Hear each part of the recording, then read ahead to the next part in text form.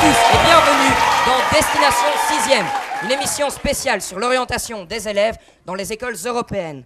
Alors pourquoi est-elle si spéciale? Eh bien tout simplement car c'est la première émission de télévision réalisée dans le cadre des écoles européennes. Et je pense que cela peut s'applaudir.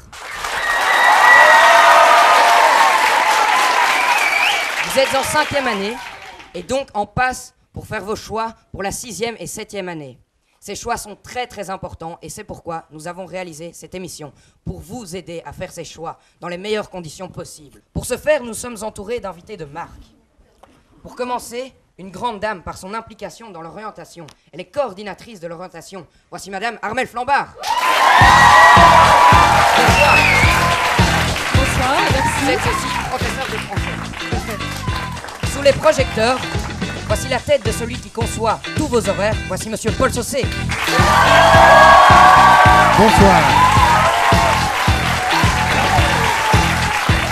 Une charmante élève de 7e année qui a participé de nombreuses fois au Work Experience. Voici Diane Chenaoui.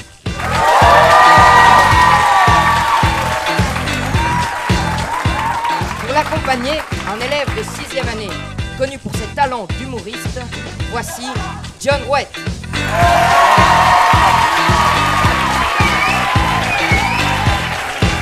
Et enfin, celui qui m'accompagnera tout au long de cette émission, voici Orville Pletchet. Bonsoir. Notre journaliste en plateau. Merci. Bonsoir Maxime. Alors dans le fond, qu'est-ce que l'orientation et quel est son rôle dans l'évolution des élèves? Pour répondre à ces questions, nous vous avons préparé un petit reportage que voici. Bonsoir chers invités et bonsoir à tous. Avant tout, il vous faut savoir qu'en 5e année de secondaire, les élèves sont confrontés à des décisions qui s'avèrent souvent difficiles à prendre. En effet, ils doivent déterminer les options qu'ils suivront durant leurs 2 dernières années d'études et a fortiori pour leur baccalauréat.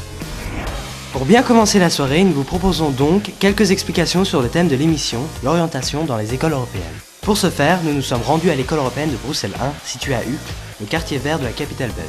En quoi consiste cette infrastructure qui oriente ces adolescents pour la plupart indécis dans leur choix d'études et comment fonctionne-t-elle? Pour répondre à nos questions, qui de mieux que la coordinatrice même de l'orientation? Celle-ci a bien voulu nous recevoir. Madame Flambard est arrivée à l'école en septembre 2001 après avoir enseigné au lycée français de Barcelone. Elle est professeure de lettres modernes et occupe également le poste de coordinatrice de l'orientation et du centre de guidance, département qu'elle gère comme quiconque ne l'a jamais fait. On commence l'orientation à partir du moment où on met le pied à l'école. Déjà, on est en formation, donc en orientation. Dans les écoles européennes, l'orientation, vous le savez, commence déjà en 3e secondaire quand il faut faire certains choix. Les choix en général sont faits par les parents, donc les élèves sont moins partie prenante, mais l'orientation est toujours associée à la notion de choix.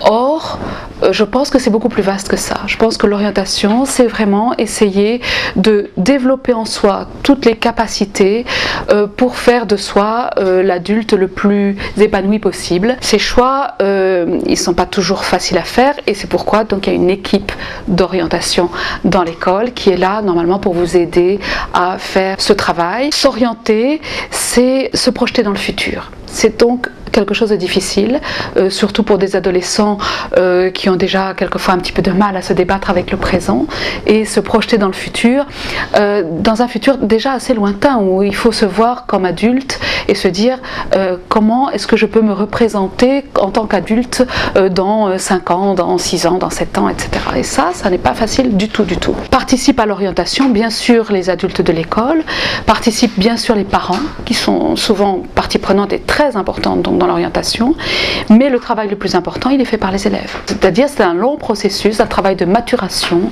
Les élèves doivent apprendre à se connaître avant de pouvoir faire certains choix.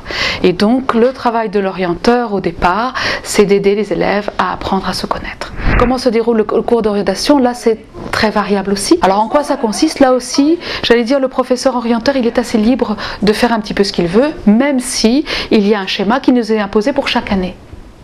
Il est évident que l'orientation de 5e tourne autour du choix des à faire, donc à la fin de la 5e, pour choisir les options et les cours complémentaires.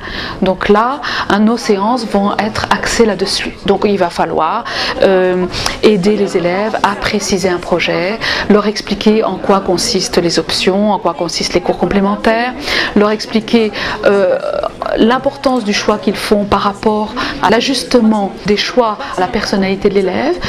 On commence à dessiner un profil dès la fin de la 5e, donc c'est un choix extrêmement important. Le choix des élèves de 5e, c'est une question très très importante, et elle est importante pour les élèves comme pour les parents. On sent souvent pas mal d'angoisse au début de la 5e, au moment où on commence à en parler, au moment où on commence à rencontrer les parents, et c'est vrai que on peut pas nier que c'est quelque chose d'important, c'est-à-dire que ça détermine, comme je vous le disais, le profil de l'élève.